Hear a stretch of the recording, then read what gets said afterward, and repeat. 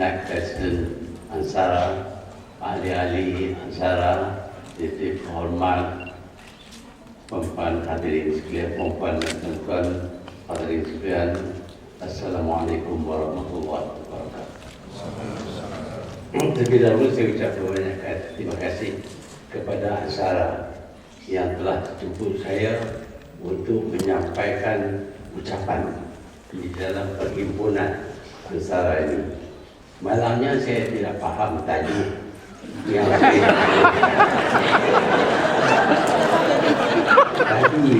saya telah tanya isteri saya apa jadi unplug ni. Bukan saja unplug, budak marah. Lepas itu cakap dengan doktor in the house, saya confused. Orang yang confused ni tak boleh berucapan. Lebih-lebih lagi dia duduk. Tapi dah diri. Orang politik bila dia dah diri depan dengan mic, dia tak boleh tutup mulut dia. Dia kira nak cakap dia. Saya diberitahu oleh Naib Presiden tadi bahawa unplug bermakna boleh kata apa saja. Saya ingat unplug ni bila kita tarik keluar plug, ada tak tahu.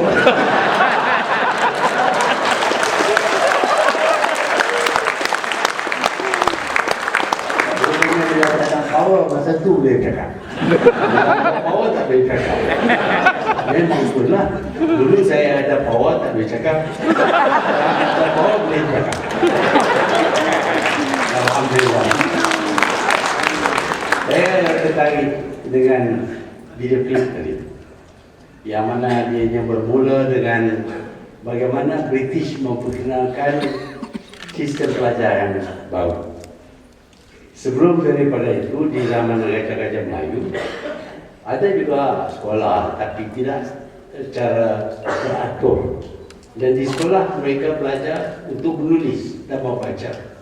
Tak banyak pelajaran berkenaan dengan kira-kira, mathematics, berkenaan dengan sejarah, berkenaan dengan geografi dan lain-lain. Tak ada. Boleh kata tak ada. Kalau ada pun ada orang tertentu yang menulis buku-buku termasuk sejarah Melayu ataupun The Malay Annals yang tidak selalunya menentukan barang yang ditulis itu memang benar dan bukan cerita dongeng. Dengan itu kita sebenarnya tidak begitu faham akan sejarah kita. Tapi apabila British datang di sini, kita dapati mereka memperkenalkan sistem persekolahan yang mana mata pelajaran tertentu diperkenalkan dan kita boleh belajar secara lebih teratur dan mendapat lebih banyak ilmu. Ialah pada masa itu, kebanyakan daripada sekolah-sekolah diusahakan bukan oleh kerajaan tetapi oleh padri-padri Kristian, yang mana ini adalah sebahagian daripada dakwah mereka, usaha mereka untuk mengembangkan agama Kristian. Oleh kerana itu kita dapati ramai ibu bapa Melayu pada ketika itu tidak sanggup menghantar anak mereka ke sekolah Kristian ini kerana mereka takut anak mereka akan jadi Kristian. Sebab itu tidak ramai daripada anak-anak Melayu yang pergi ke sekolah milik Christian Brothers ini, dan dengan itu kita ketinggalan, kita kerugian kerana kita tidak punya ilmu, sedangkan kaum-kaum yang lain mempergunakan sistem pelajaran British ini untuk mendapat banyak ilmu, menguasai bahasa Inggeris. Dan di zaman British memanglah menguasai bahasa Inggeris adalah satu yang amat penting yang menjaminkan kita akan dapat pekerjaan. Oleh kerana kita tidak menguasai bahasa Inggeris, tidak mempunyai ilmu, maka jawatan-jawatan yang dipegang oleh orang Melayu pada ketika itu adalah jawatan-jawatan yang rendah. Dan semua ketua-ketua pejabat pada masa itu terdiri daripada orang Barat. Kita kagum dengan cara-cara Barat ini. Kita tahu bahawa cara mereka lebih teratur, lebih berkesan, lebih berdaya maju. Dengan kerana kita berpendapat mereka lebih pandai, lebih bijak daripada kita, maka kita mempunyai satu inferiority kompleks, iaitu perasaan rendah diri. Seolah-olah kita tidak ada budaya, tidak ada nilai hidup yang baik, tidak ada pendekatan yang baik, tidak ada perancangan yang baik, tidak tahu bagaimana mentadbir negara dan sebagainya. Dan kita berpendapat bahawa kita harus terima apa saja yang datang daripada Barat. Memanglah banyak yang datang daripada Barat ini baik-baik belaka.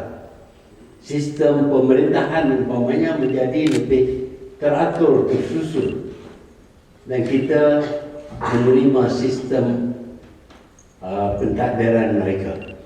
Kalau dahulu cukai yang dikutip sampai kepada tangan raja, dan raja boleh menggunakan cukai itu mengikut budi bicaranya. Pihak British memperkenalkan sistem kutipan cukai, yang mana cukai itu menjadi milik negara, diguna untuk kebaikan negara. Walaupun raja-raja diberi political pension, raja-raja diberi political pension bermakna mereka dibayar gaji supaya jangan kerja. Very nice. Sini jojo, dapat gaji tak payah kerja. Apa lebih baik daripada macam ini? Kita juga orang Melayu semua tertarik, kalau boleh dapat gaji tak payah kerja. Inilah cara yang terbaik, dan kita pun terima. Kita juga terima nilai-nilai hidup yang lain daripada Barat. Banyaklah yang kita terima nilai hidup daripada Barat, sehingga kita menafikan nilai hidup kita sendiri. Kita juga menerima sistem ideologi, ideas daripada Barat tanpa menyoal baik buruk sistem-sistem ini. Asalkan dianya datang daripada Barat, maka tentulah dia baik. Kita kata tentu dia baik kerana orang Barat nampak begitu berjaya, begitu kuat. Dengan askar seramai 100 orang, mereka dapat menawan sebuah negeri yang mempunyai penduduk berjuta. Inilah kelebihan mereka. Kalau di India umpamanya kita lihat, tentera British tidak besar, cuma kecil saja, tapi dapat menewaskan tentera-tentera maharaja-maharaja di India. Dengan itu kita hampir taksub dengan mereka. Apa saja yang diperkenalkan oleh mereka memang baik-baik belaka. Kita mengikuti sifat ini, memiliki sifat ini sehingga ke sekarang. Sekarang ini pun kita amat dipengaruhi oleh Barat.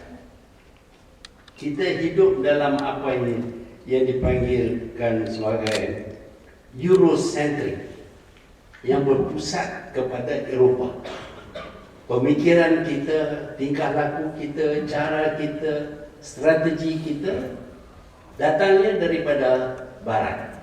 Dan kita terima kebanyakannya baik-baik belaka, tetapi ada juga yang tidak baik. Di masa-masa yang lampau ini, banyaklah idea-idea yang datang daripada Amerika, daripada Europe umpamanya, tidak baik sama sekali, bahkan boleh membinasakan kita. Tetapi oleh kerana kita percaya Barat memang lebih cekap, lebih pandai daripada kita, kita terima saja. Kita terima umpamanya sistem demokrasi. Ini bukan sistem kita. Sistem Melayu ialah sistem feudal, yang mana raja berkuasa mutlak, boleh buat apa saja termasuk bunuh orang. Nasib baik kita sekarang ni tak boleh. Kalau boleh, kalau kita boleh nak bunuh. Kita punya sistem ialah feudal. Kita terima sistem demokrasi kerana kita berpendapat ini adalah sistem yang lebih baik, dan memang pun dia lebih baik daripada sistem feudal. kita juga terima idea-idea yang datang daripada barat. Umpamanya kalau dahulu kita berpendapat bahawa wanita tak payahlah dapat ilmu. Mereka duduk di dapur, masak sudahlah, kita balik dia siap makan. Itulah peranan wanita dahulu. Tapi sekarang ni kita dapati wanita juga mampu menguasai ilmu, bahkan lebih mampu daripada lelaki. Kerana lelaki semua sedang giat dengan usaha merempetan. Jadi mana lebih. Entah macam mana kalau kita pergi universiti sekarang ni, kita dapati 60 to 65% of the students are girls, no boys. I don't know where the boys could have gone to. Katanya dia orang tengah buat kerja lain, mencari makan mengali. Tapi makan pun tak banyak juga. Kita dapati mereka malas, kurang bekerja. Tapi kerana kita bagi keutamaan kepada wanita, memanglah ini sesuatu yang baik. Dia ini bermula, umpamanya di Eropah, dia bermula dengan hak untuk mengundi dalam pilihan raya saja. Zaman dulu, wanita Mat Saleh ni bukanlah minta banyak, dia minta hak untuk mengundi dalam pilihan raya. Universal suffrage.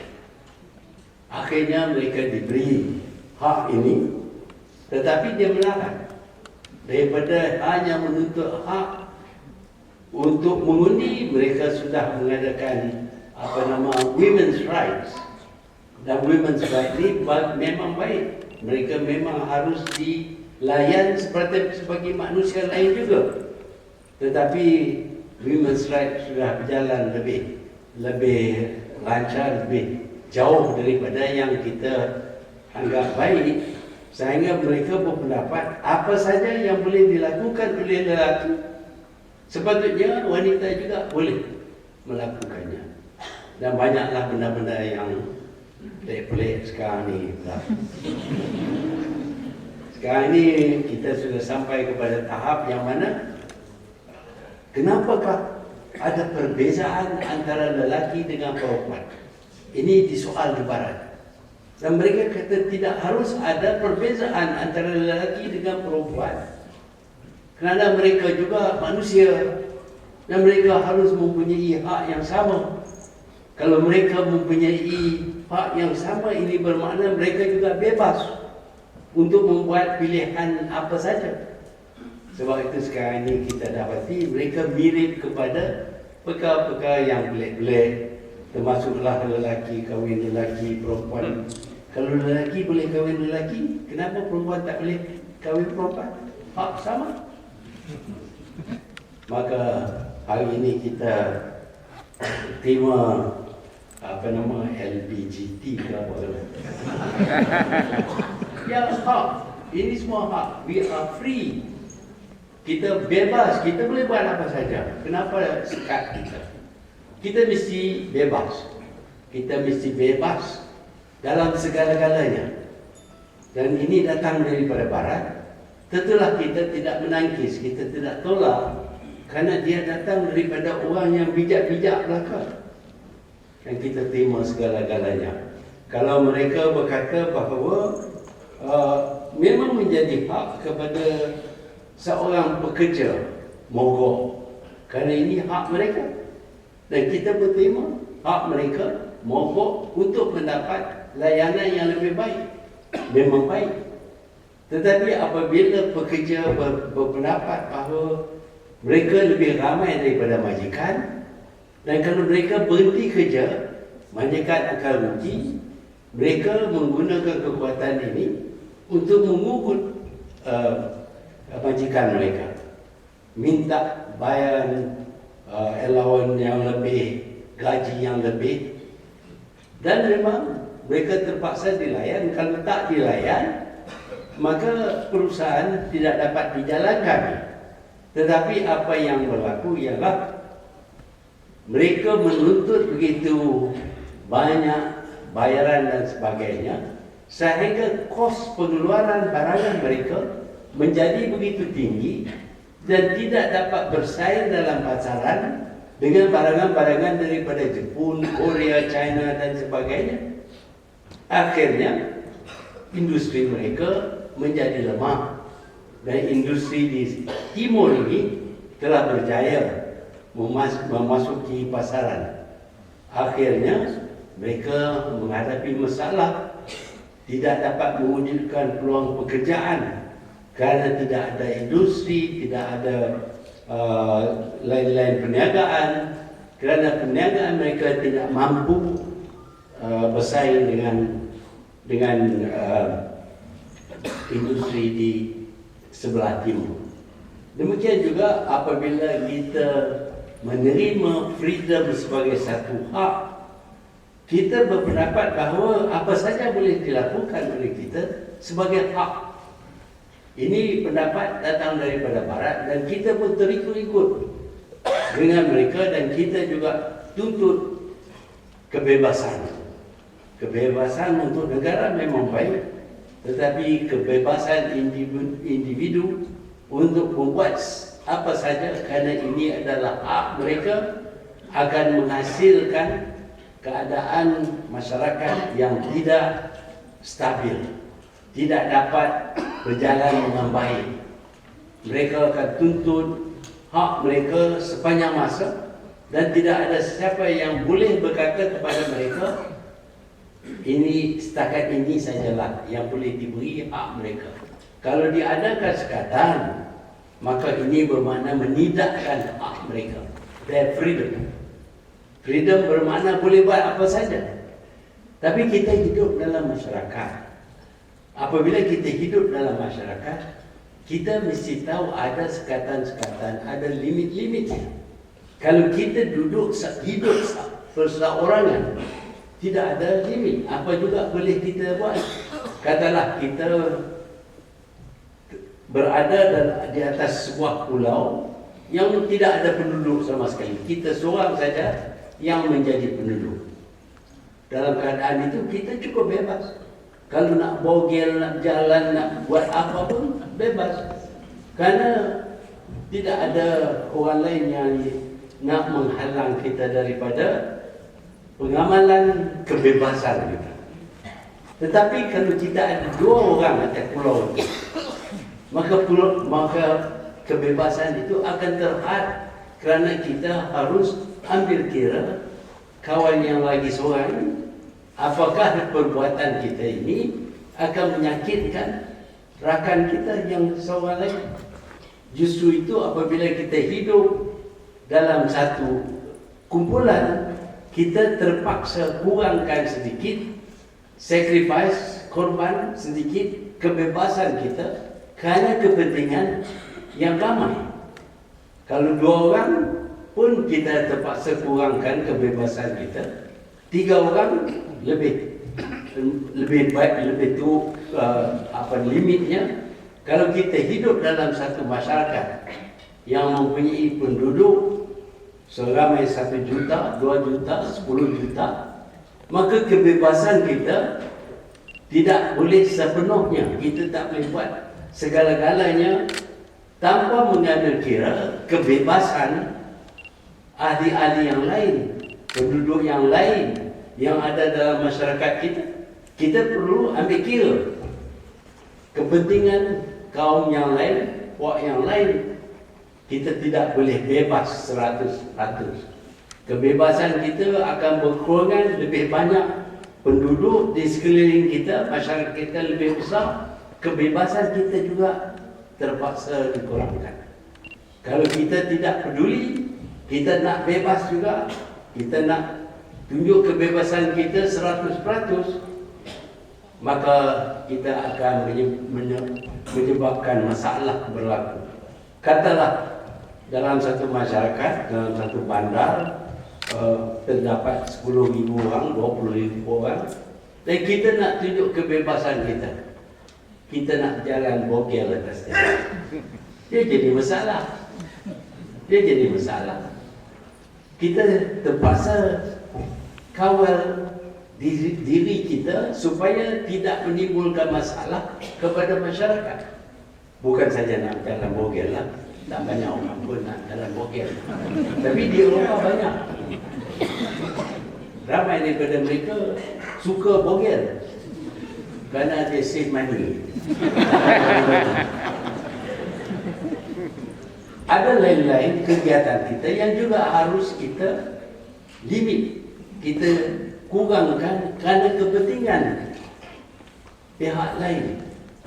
Ya, kita duduk dalam masyarakat yang demokratik dan kita perlu mendapat layanan tentang kebebasan kita.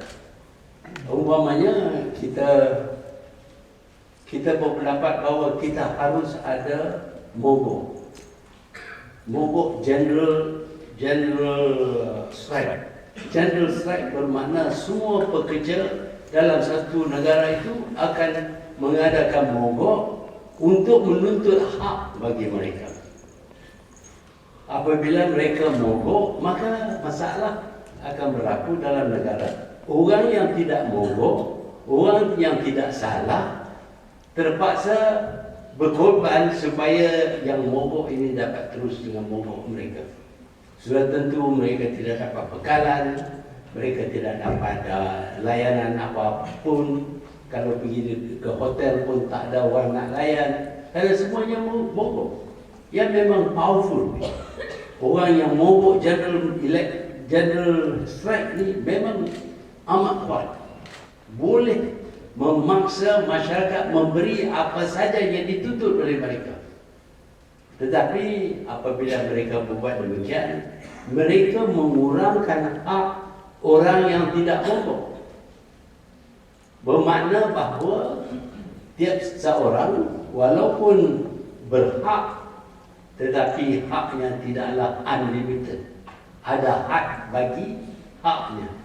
Kalau kita nak mogok untuk mungkin satu-satu perusahaan, mungkin boleh. Tapi itu pun menyebabkan masalah bagi kita. Umpamanya pilot kapal terbang mengadakan mogok. Apa yang akan akibat daripada mogok itu? Maka ramai yang tak boleh pergi ke mana, ke tempat yang mereka rancang untuk pergi. Kalau dah ada orang yang sakit nak mati dan dia harus cepat bergegas ke situ, tetapi tak dapat kerana pesawat terbang tak terbang, pilot semua mogok. Jadi ini mereka yang tidak salah ini, mereka ini terpaksa hilang hak mereka untuk terbang daripada tempat mereka untuk melihat saudara mara mereka yang mengidapi penyakit itu dan ini. Jelas sekali bahawa apabila kita bertindak untuk menyatakan kebebasan kita, sekurang-kurangnya kita akan memaksa pihak lain berkorban untuk kita. Apakah ini adil? Ya, dia datang daripada barat.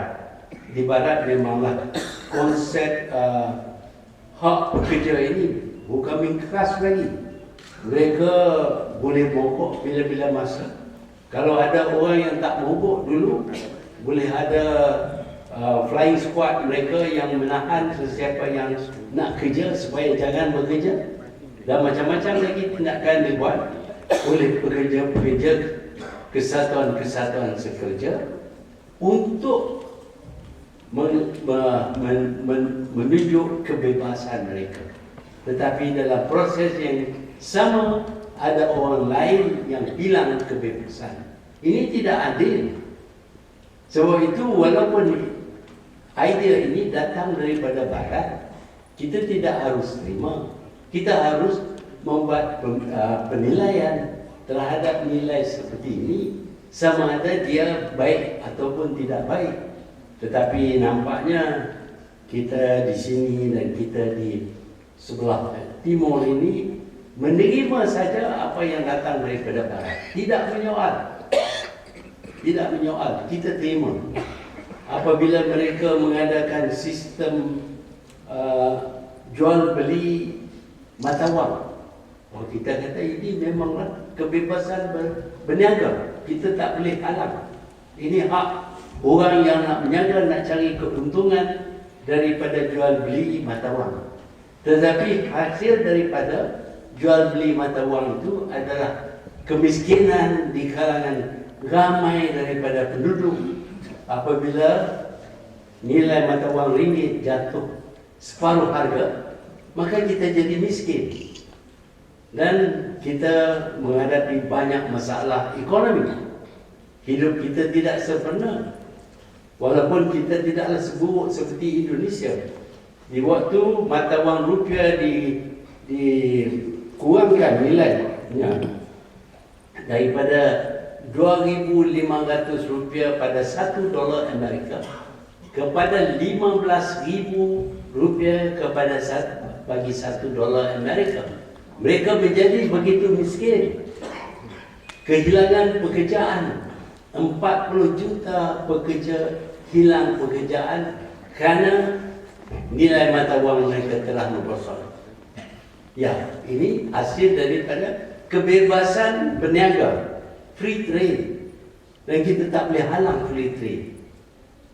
Walaupun dia menyebabkan pihak lain rugi yang begitu dahsyat, sehingga tercetus kerusuhan di Indonesia, bunuh-membunuh, rogol dan sebagainya, rumah kedai dibakar kerana orang Indonesia menuduh orang Cina sebagai yang menyebabkan jatuhnya nilai rupiah mereka. Tetapi pihak yang menjual beli anggap bahawa ini hak mereka nak jual beli ringgit ke rupiah ke, ini hak mereka, kebebasan mereka. Mereka tidak peduli tentang kesan-kesan terhadap pihak-pihak yang lain. Banyak lagi nilai-nilai yang datang daripada barat yang kita terima bulat-bulat, telan bulat-bulat. Kita tak soal baik ke buruk. Umpamanya mereka berpendapat bahawa di zaman globalization ini kita tidak boleh sekat kemasukan mata wang, capital daripada luar. Ya, memang ini dicipta oleh mereka untuk kepentingan mereka, kerana mereka yang memiliki capital. Kita menjadi sasaran masuknya capital mereka, terutama di waktu nilai mata wang kita jatuh, maka mereka dapat membeli segala perniagaan perusahaan kita dengan murah. Dan selepas dipulih semula ekonomi, yang dibeli oleh mereka itu dipulih nilainya dan mereka dapat menjual dengan untung yang besar. Ini hasil daripada kebebasan masuk keluar capital. Mereka mencipta ini untuk kepentingan mereka, dan kita terima bulat-bulat dengan tidak menyoal.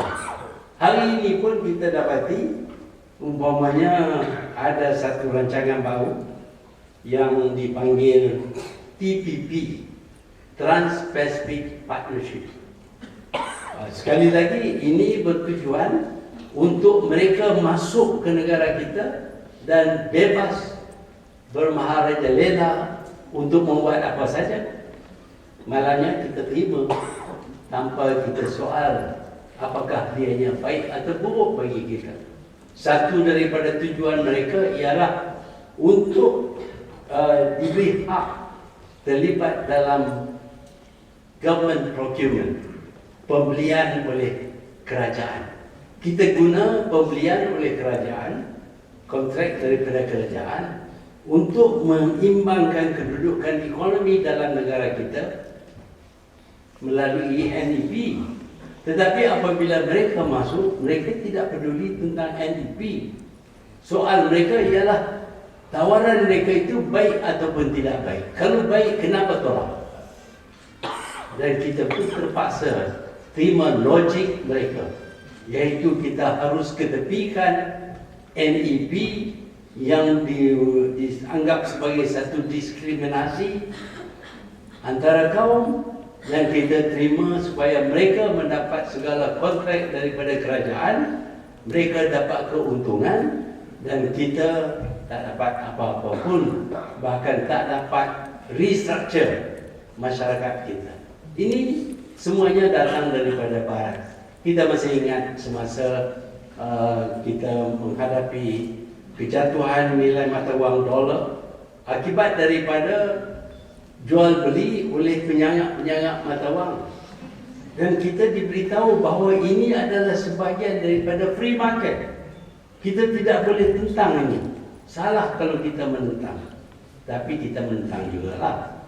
Dan kita berjaya apabila kita menentang. Sebaliknya mereka yang tidak menentang, mereka gagal dan jawatan mereka juga jatuh.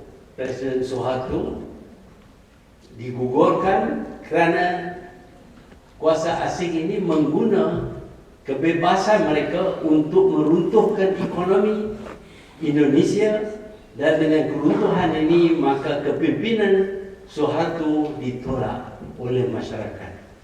Di sini juga ada niat mereka untuk berbuat demikian supaya pemimpin pada ketika itu entah siapa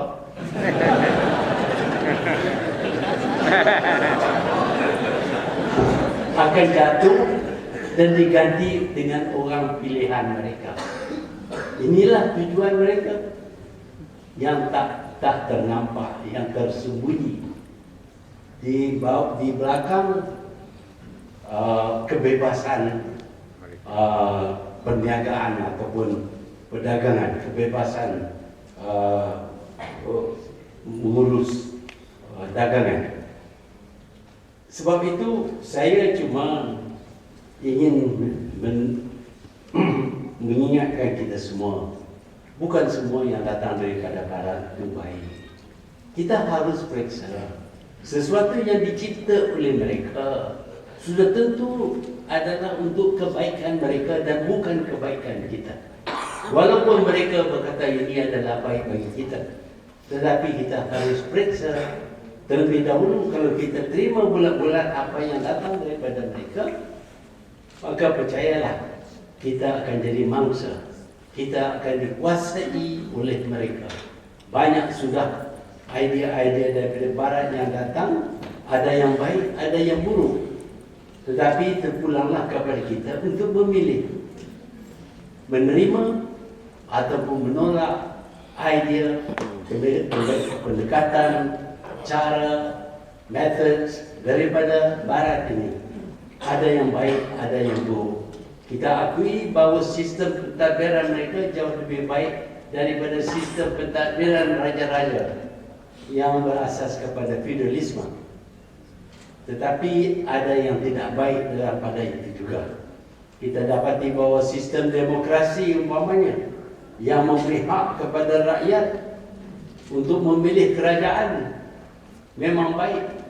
Tapi kadang-kadang rakyat boleh dibeli. Tak banyak dia, bagi RM20 pun dia boleh tukar calon dia. Ini dia nak beli satu kotak rokok. Tak apa sangat, saya undi satu je. Bukan dia yang nak menentukan menang kalah. Tapi satu undi itu dijumlah dengan satu lagi, dengan satu lagi, dengan satu lagi. Boleh kalah, boleh menang. Sebab itu dalam sistem demokrasi ini kita harus berhati-hati dan tidak terima segala-galanya yang dikaitkan dengan demokrasi. Bukan semua yang datang dengan demokrasi ini baik. Bahkan banyak yang datang sebagai demokrasi memang pun tidak baik, akan mendatangkan mudarat kepada kita. Kita lihat banyak negara-negara demokratik yang gagal. Saya bercakap dengan satu orang semalam, dia yang berkata bandingkan antara India dengan China. Sementara India, the biggest democracy in the world, dengan penduduk 1.1 bilion, India tidak dapat maju sehingga sekarang ini. Sebaliknya negara China yang dahulu tidak maju, tetapi dengan mengamalkan sistem non-demokratik, mereka sekarang ini menjadi kuasa dunia. Negara yang terkaya sekali dalam dunia, dengan pihak Amerika Syarikat berhutang kepada mereka. Demikianlah kekayaan negara China. dan bukan sistem demokrasi yang menentukan kejayaan negara China ini. Sistemnya lebih otoritarian. Memang sistem otoritarian ini tidak baik. Dianya tidak baik kerana apabila authority itu sudah menyeleweng, kita tidak ada cara untuk menjatuhkan ataupun menukar authority itu selain daripada berperang, seperti yang kita lihat di negara-negara Arab sekarang. Sebaliknya dalam sistem demokrasi, apabila kita dapati seorang pemimpin sudah tidak lagi layak untuk menjadi pemimpin, hanya dengan membuang undi kita dapat menukar kerajaan. Itulah kebaikan demokrasi sebenarnya. Tetapi yang lain-lain kita harus persoalkan, terutamanya berkenaan dengan kebebasan tertentu yang dikait dengan sistem demokrasi. Sekian, wabillahi taufiq wal hidayah. Wassalamualaikum warahmatullahi wabarakatuh.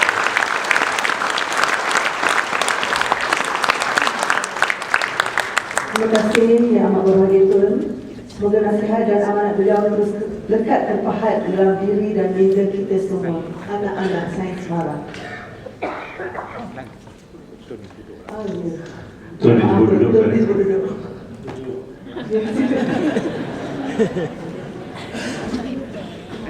Tak semua yang datang dari barat itu baik. Tapi mostly yang saya nampak, orang-orang Ansara ni kalau dia ambil dari barat, daripada zaman-zaman mana tahun 72 tu dia ambil di purple. Kalau 80-an dia ambil Led Zeppelin.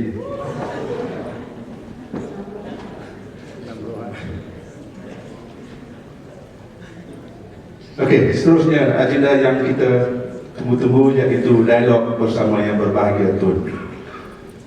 Saya ingin mempersilakan Saudara Nizam untuk meneruskan acara pada petang ini.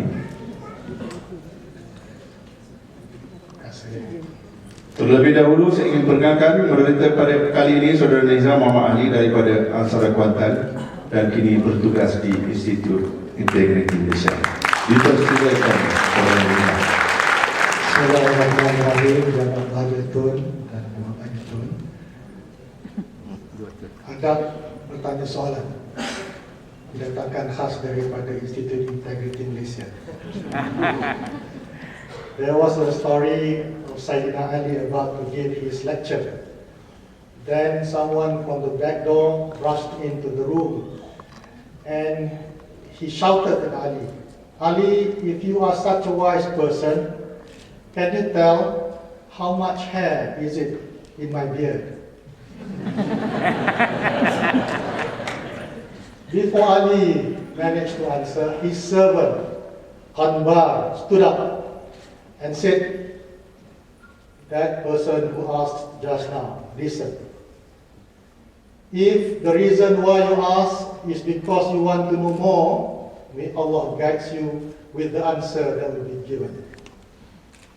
If the reason why you ask is because you want to show off that you can ask intelligent question, may Allah forgives you, and my sword will be the witness. But if you are still adamant that you really want to ask the question and demand the answer, why don't you sit down and count your own hair in your own beard?" Adab bertanya soalan. Ini versi budak barat, bukan versi budak college, budak college, atau versi TKC. Bermakna, rule yang kedua, hanya mereka yang mempunyai tanda putih sahaja dibenarkan bangun dan bertanya, walaupun bersuami atau beristeri dengan mereka yang bukan daripada yang berketurunan tek putih. Dan yang ketiga, bahasanya mestilah beradab sesuai dengan versi budak merah. Kalau sesiapa pada yang pertama bertanya yang saya lupa nak jawab semula dan beritahu kepada Yang Berbahagia Tun isi soalannya, Yang Berhormat Presiden Ansara akan membisikkan ke telinga ayahandanya. Dia lagi nak bisik ke telinga ayahanda. Kalau yang berniat yang kedua, bertanya yang bukan-bukan, Yang Mulia Timbalan Presiden Ansara akan mengarahkan dengan kelipan matanya untuk unplug mic dia. Yang ketiga, tanggungjawab saya. Sama-sama kita duduk, kira rambut dalam janggut kita. Dengan itu, kita ada 4 mic. 1, 2, 3, 4. Kita cuma ada kalau sempat 2 round. Kalau sempat, tak sempat 1 round pun cukuplah. Umur 40 ke atas ni cukuplah. Jauh dalam dia. 1, 2, 3, 4. Kita akan rangkum 4 soalan dan kita akan serahkan kepada Yang Berbahagia Tun untuk memberikan jawapan. Round pertama. Itu nak jam tetap ya. Overrule. Satu lagi yang overrule, kalau Yang Berbahagia Tun Penaung menganggap soalan mengancam kesihatan dan ketenteraman Yang Berbahagia Tun, kita potong.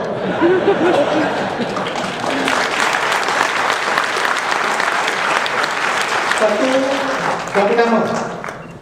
Nama. Yang kedua, tolong standby dekat mic. That side please. Mic ke belakang. Yang ketiga, just standby at the mic. Standby at the mic. 3, yang ketiga. Going once, going twice. 3, yang keempat.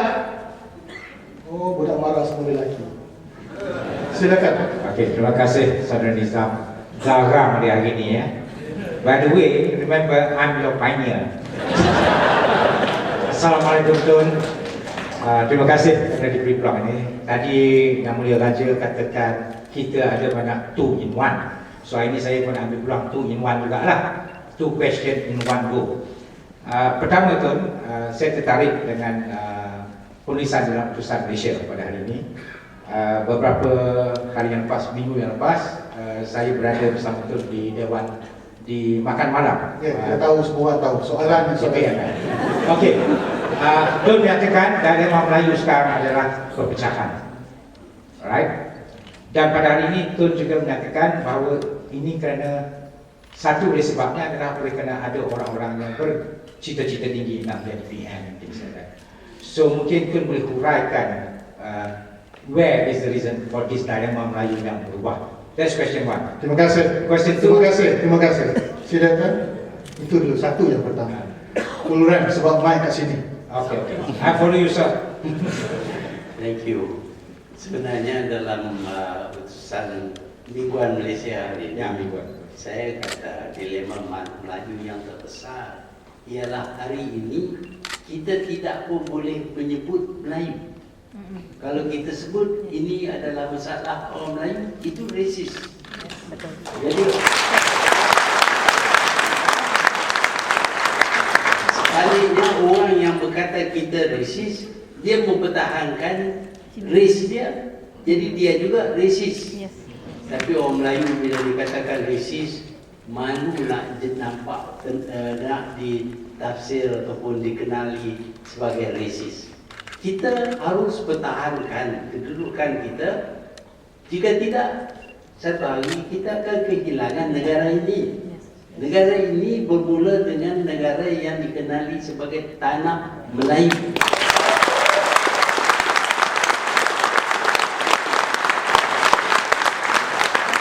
Sekarang ini kalau kita sebut ini berasal tanah Melayu, itu pun tak boleh. Kononnya kita juga datang bersama daripada negara lain. Kita pun datang daripada Arab, daripada India, daripada Pakistan dan lain-lain. Benar, yang datang daripada Indonesia pun datang daripada luar. Tetapi setelah datang ke sini, kita diserap dengan budaya Melayu, bahasa Melayu dan beragama Islam.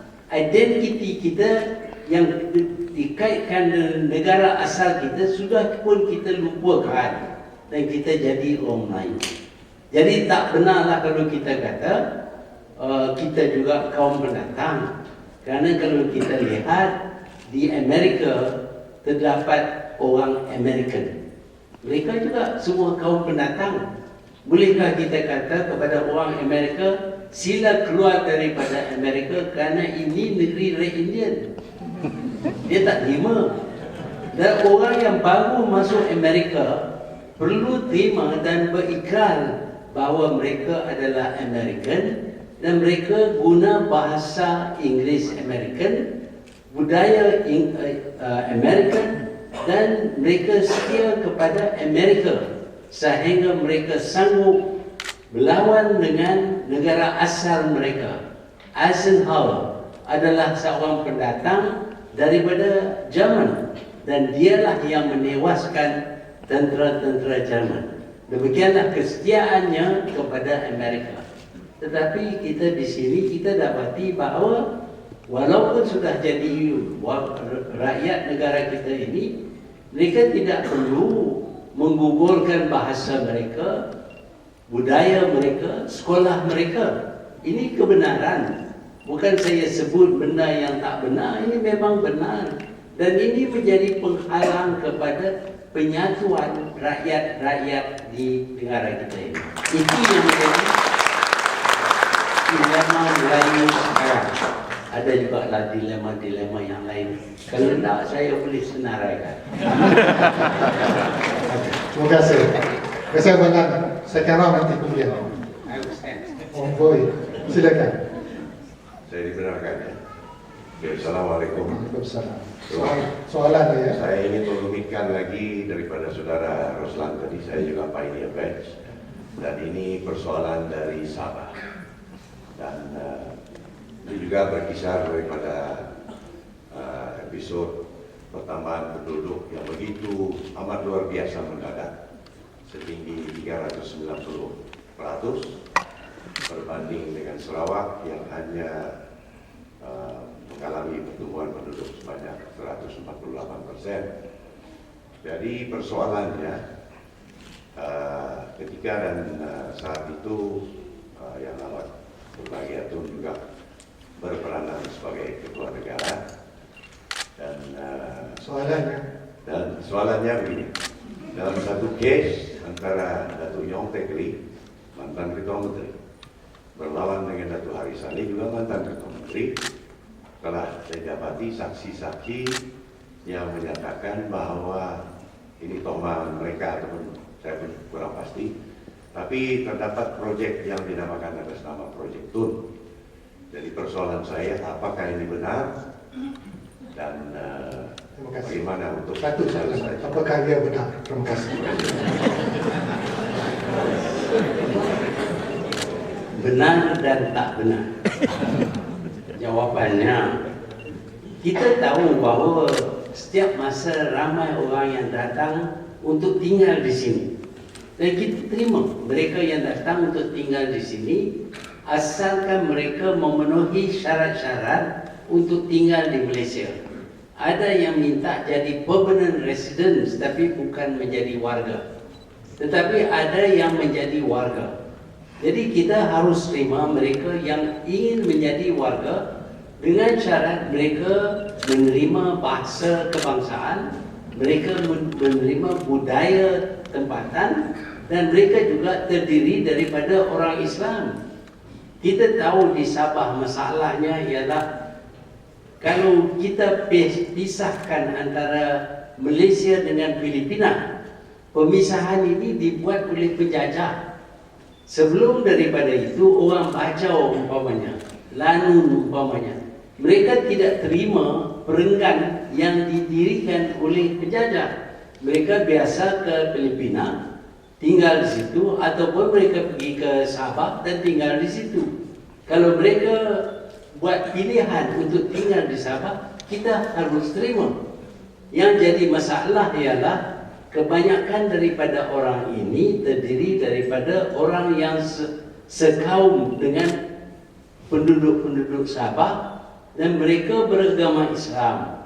Dengan itu perasaan pihak yang lain, pihak yang juga rakyat Malaysia, tetapi mereka daripada keturunan yang lain, mereka berasa terancam kerana penduduk baru ini ramai daripada mereka mengaku diri mereka sebagai orang Melayu. Inilah yang menimbul masalah. Tetapi daripada segi undang-undang tidak ada masalah. Siapa saja yang datang ke Malaysia tinggal di sini lebih daripada 12 tahun, mereka tinggal di sini 10 tahun mereka berada dalam Malaysia, mereka berbahasa kebangsaan, mereka terima kesetiaan kepada negara, maka mereka berhak menjadi rakyat Malaysia. Sebenarnya kalau kita pergi ke Singapura hari ini, Singapura mempunyai dasar menerima seberapa banyak orang Cina daripada benua Cina, daripada tanah besar Cina untuk jadi warga Singapura. Tetapi yang keturunan Melayu daripada Indonesia, mereka tidak dibenar. Ini jelas mereka mengamalkan racism. Kita tidak amalkan racism. Secara kebetulan mereka ini adalah orang yang mudah diserapkan sebagai orang Melayu di negara kita ini. Jadi benarlah saya kata kalau mereka terima untuk menjadi rakyat Malaysia mengikut syarat-syarat, mereka boleh diterima. Tetapi kalau mereka tidak terima syarat-syarat ini, mereka tidak boleh jadi rakyat Malaysia. Itu saja. Terima kasih. Saya Azwan dari Malaysia Baru. Soalan saya mungkin banyak sikit, tapi satu soalan saja. Kalau boleh ringkaskanlah. Ambil daripada itu punya ucapan tadi, betul kita ni akan capai GNA 1.7 trilion dalam 2020 dengan per capita income USD 15,000 seorang by that time, dengan tidak membuka jurang pendapatan antara orang bumi, Melayu bumi dengan orang lain. Because keadaannya nampaknya negara ni kalau kita nak capai benda tu, kita mesti berkembang dalam lebih kurang 8% setahun, year in year out all throughout the 2020, dan orang Melayu punya putera ni kena berkembang at least 12% setahun untuk just to stay status quo as we are. And dengan apa ni, keadaan hak yang Tun cakap tadi, ada contoh TPP and all this kind of thing, dengan liberalisasi, apakah ini kita dah mengundur lebih lagi daripada keadaan kita dulu pasal hak bumi putera ni, dan macam mana dia boleh membantu kita bangun lagi? Sebab sekarang ni nyata terrendah, termiskin Kelantan, orang Melayu ramai, Terengganu walaupun pengeluar minyak dia nombor 3 paling miskin. So in all that sense, saya think untuk faham. Thank you. 3 soalan sebenarnya tadi. Terima kasih. Ya, kita nak melihat negara kita ini mempunyai per capita income lebih kurang $18,000 Amerika. Sekarang ini cuma $8,000 Amerika. Untuk ini kita perlu tumbuh lebih daripada 800 tahun. Tetapi hakikatnya angka ini adalah angka purata, average. Bermakna kalau kita ada orang yang amat kaya dicampur dengan orang yang amat miskin, tetapi per capita mereka juga tinggi. Katalah satu orang millionaire di antara 1,000 orang yang tak ada kerja. Per capita income 1,000 orang ini ialah RM1,000, tapi mereka tak ada satu sen pun. Inilah masalah average. Bila kita guna average, kita dapat gambaran yang tidak tepat. Kadang-kadang dalam sebuah sungai yang average depth-nya cuma 2 kaki, boleh manusia tenggelam dan lemas. Kerana kita guna average, kita guna angka average ini kerana inilah praktis yang biasa. Tetapi kita juga ingin melihat imbangan antara kaum. Sebab itu kita perkenalkan NEP, Dasar Ekonomi Baru, yang bertujuan untuk menaikkan yang miskin, dan kita tidak halang yang kaya untuk menambah pendapatan mereka. Tetapi yang miskin mesti diberi peluang yang lebih, dan growth mereka mestilah lebih tinggi. Kita pada mula kita lancar NEP, kedudukan daripada segi penguasaan kekayaan korporat 2% saja yang dimiliki oleh orang Melayu, 30% dimiliki oleh orang Cina, 60% dimiliki oleh orang asing. Kita nak capai satu tahap yang mana yang si Melayu ini akan dapat 30%, orang Cina naik 40%, dan kita kurangkan milik yang dimiliki oleh orang asing. Kalau kita perhatikan, daripada 22% untuk naik kepada 30% memerlukan pertumbuhan sebanyak 1,500%. Baru dia boleh sampai 30%. Sebaliknya, orang Cina yang sudah pun memiliki 30% untuk naik kepada 40% memerlukan hanya pertumbuhan sebanyak 33% saja. Sudah tentu lebih mudah mereka mencapai matlamat mereka daripada kita mencapai matlamat kita. Sebab itu juga kita perlu ada diskriminasi, memberi keutamaan kepada Bumiputera kerana mereka perlu naik dengan lebih tinggi. Daripada 2% mereka naik kepada 30% sebanyak 1,500%. Kalau tak bagi lebih, maka mereka tidak akan dapat catch up. Seperti kita tahu, kalau satu orang berlari di hadapan dan kita nak kejar dia, kalau kita lari dengan kepantasan yang sama dengan dia, kita tidak akan dapat kejar dia. Kita mesti lebih pantas daripada orang yang di depan. Inilah yang dilakukan cara kita, dan dia memang lebih adil, tidak memburukkan pihak lain. Bahkan mereka sebenarnya sudah capai pertumbuhan yang lebih daripada sasaran kita 40%. Jadi saya berpendapat kita perlu pertahankan pendekatan ini. Kenapa ada perasaan malu? Kenapakah kita diberi peluang yang lebih sedangkan kita kadang-kadang tak pandai? Yalah, daripada 100 orang yang kita bagi, kalau kita dapat sukses dengan 10 orang pun 10%. Kalau tak bagi langsung 10% pun tak dapat. Jadi inilah dasar yang kita terima, dan saya harap kerajaan di masa ini dan di masa depan akan amalkan sehinggalah ratusan agihan kekayaan negara kita ini menjadi lebih adil. Bukan selama-lamanya. Ini bukan satu kelebihan orang lain, tidak. Bukan satu petanda yang mereka adalah tuan. Kita bukan tuan. Kita kalau cuci kasut orang, tuan kasut tu yang jadi tuan. Kita bukan tuan. Jadi ini yang kita cuba sekarang ni, dan saya harap Ansara umpamanya dapat melahirkan lebih banyak orang yang boleh mengurus bank yang terbesar di Malaysia. Terima kasih. Dari setengah minit kalau boleh. Bismillahirrahmanirrahim. Okey, saya banyak persoalan yang Satu je. Sorry Tun, closer to Ansara, I think Tun dan Ansara we go back a very long way. So daripada PM dulu dan kita dah banyak sesi bersama. Ansara has been created as an apolitical, so-called apolitical organisation. So kita katakan bahawa kita bebas daripada politik.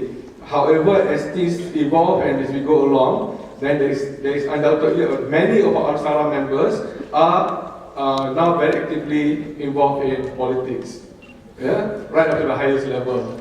Then it's actually on both divides, both sides of the parties. So soalannya ialah, is there such a thing as an apolitical party? And what is your take and what is your advice to Ansara about the aspect of being apolitical? One. Secondly is that it's related to the answer yang bagi tadi. Although kita katakan bahawa in this room itself there are so many technocrats, and technocrats are actually, to my mind, afraid of politics. We don't want to get involved in politics, but the technical know-how is still more important than technical technical know-who is still important than technical know-how. So what is your take? How can Arisara play a role to overcome these issues? Okey bang, understand. Pendirian seseorang berkenaan dengan politik adalah haknya. Tetapi kalau dia ingin menyertai parti politik, dengan itu dia harus setia kepada parti politik itu. Parti politik memang tidak besar, tidak mencukupi untuk memenangi pilihan raya. Dalam pilihan raya, dia perlu kepada sokongan daripada orang yang tidak terlibat secara langsung dengan parti, tetapi bersimpati dengan parti itu kerana dia mendatangkan hasil yang baik bagi dirinya. Jadi kita tidak semestinya berkata bahawa seseorang itu terlibat dengan politik kerana dia memihak kepada sesuatu. Dia tak memihak. Dia percaya bahawa parti itu boleh deliver kepada dia apa yang dikehendaki olehnya. Nah, perkara yang kedua berkenaan dengan technical know-how dengan know-how. Ini adalah satu daripada ciptaan orang yang bermusuh dengan kita. Dalam bisnes, adakah kita sanggup membuat bisnes mengambil partner dengan orang yang kita tak kenal? Tiba-tiba jumpa orang di jalan, apa yang kita buat? Tak kenal dia, tak tahu siapa dia, apa latar belakang dia, kita tak nak terima. Even in private sector, kita tak terima. Tak payah pergi kepada kerajaan. Tapi kerajaan ada di situ untuk apa? Supaya mereka dapat menolong. Mereka ingin menolong kalau kita tahu mendapat pertolongan. Kalau kita buat kita hentam kerajaan, lepas tu kita pergi minta tolong. Dia tak tolong lah.